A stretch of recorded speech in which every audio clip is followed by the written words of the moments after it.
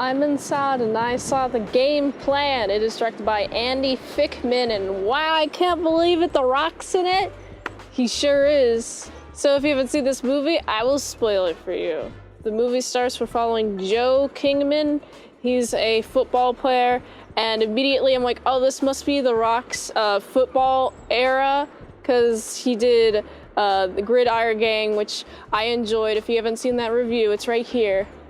But this is the game plan. This is noticeably a Disney movie, and so I noticed a lot of good sets. I enjoyed the set dressing.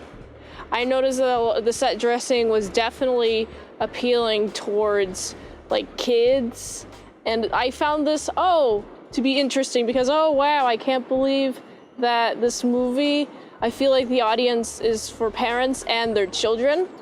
So this is the first few things that I noticed. Well, we have Joe Kingman. He's kind of an arrogant fellow. He's very hard on his teammates, which is quite interesting because I keep seeing The Rock being portrayed as kind of like a douchebag. Probably the best way I can describe it. And this makes me think, is the character written based off of his personality at this time? I don't really know much about The Rock outside of his movies or his like his personhood. So I don't know his personality that well, but if you do know his personality, do let me know in the comments below. So of course we have Joe Kingman. He is not a team player, it seems, even though he's part of a football team. He loves, breathes, eats, sniffs football. He's like, yeah, football, I only speak in football terms. I found a lot of the football terms to be kind of easy to follow. There's only a few things that I didn't really follow. My previous exposure to football is I've seen it a lot, mainly because people would force me to watch football, and I'm like, I'd rather be drawing, but wow, we have this good food out here. You know what? I'll watch some football if I'm gonna eat some delicious food. That was my exposure, so I know how to play the game, so I understand most of the terminology he was using. But he's a real professional at it. He seems very obsessed. He seems like very dedicated to the craft until this child comes in. And oh boy, the child is an obnoxious one, okay? I found her to be very annoying through like maybe 2/3 of the movie. I was like, oh, I don't like her that much. She's not having a good time with Joe Kingman. She's not respecting the Kingman's king place, taking his king sofa, and he has to sleep on the sofa. I guess it's called a king bed. She takes the king bed, he sleeps on the sofa, and I'm like, well, you know what? You got a really nice sofa there, dude. If it's like 40 grand or something, you have your buddies over, and you shake a can of soda and then explode, and it's either 4 grand or 40 grand. I think it's 40 grand. But your bed is less expensive than your sofa, dude. It's okay to sleep on the sofa. Like, that's the point of a sofa, is so comfortable that you can sleep on it when you need it to be. I quite enjoy that we see the struggles of what it's like to be a new dad, because his daughter of his, that apparently the mother just kind of abandons to the doorstep of him, and it's like, what? This isn't real. And you have characters in the movie questioning it, which I appreciate. Man, the daughter's just so obnoxious though. I know she's 8. Okay, she's 8, she wants to go to ballet. So she goes to the ballet school very late, and she gets accepted. And then we see a budding friendship, it seems, between the ballet teacher and Joe Kingman. And Joe Kingman is supposed to be in the ballet with the children and the teacher. So there's a weird ballet. I haven't really seen much of ballet. Maybe this ballet that I've seen is the Nutcracker.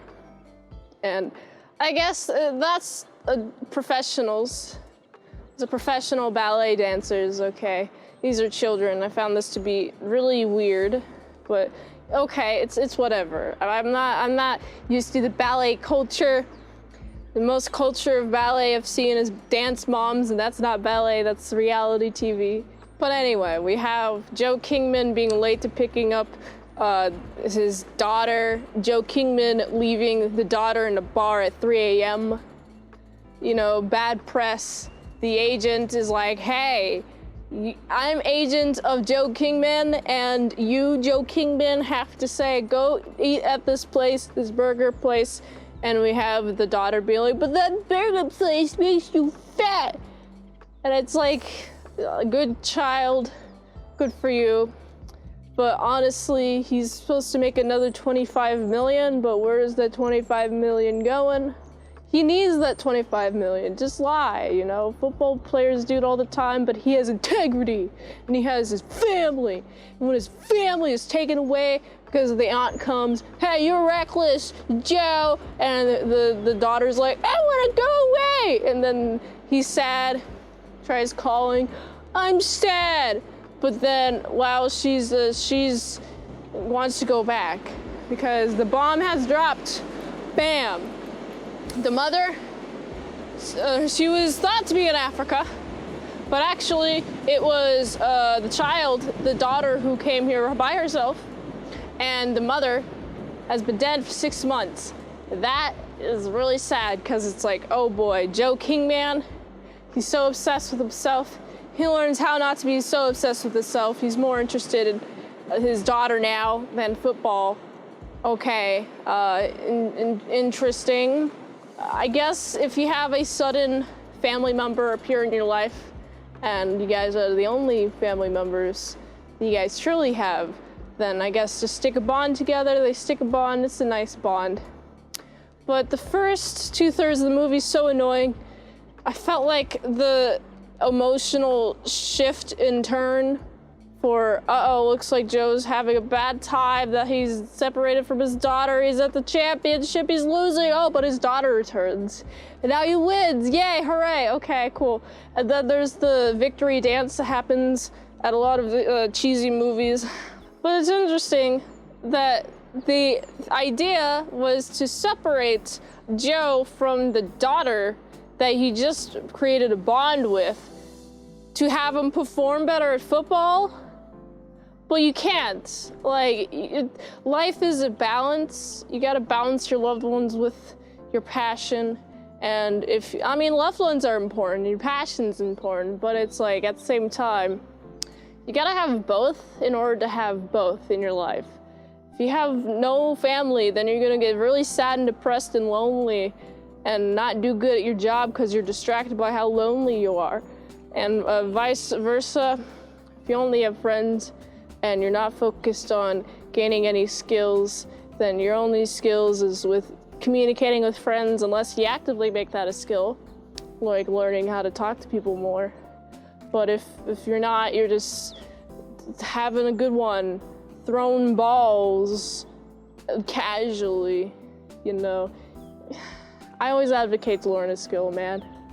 You gotta have one. But I really appreciate Joe Kingman's attitude. Never say no. You gotta persist everything. And it's like, can you say no to steroids? That's important. I'm sure you can say no to steroids. There are some things you can say no to. Okay, never say no. I'm being a little autistic here, being a little literal right now. But you can say no sometimes. It's okay. As long as it's to preserve your self-being. This movie is just so Disney, okay? I understand it's a movie, and I'm not the I feel like I was at some point the target audience. I just feel like this movie is just so slow in the plot progression. It's mostly just to build the relationship between Joe and his daughter and how much they annoy each other. But then when they separate, then they see the true value of, even if you hate your family members now, you'll be sadder when they're gone. And so I enjoyed that a lot. So because of the bright sets were pretty nice, honestly. I'm not gonna lie, I enjoyed the bright sets a lot. I felt like it was great sets, fantasy, great fantasy.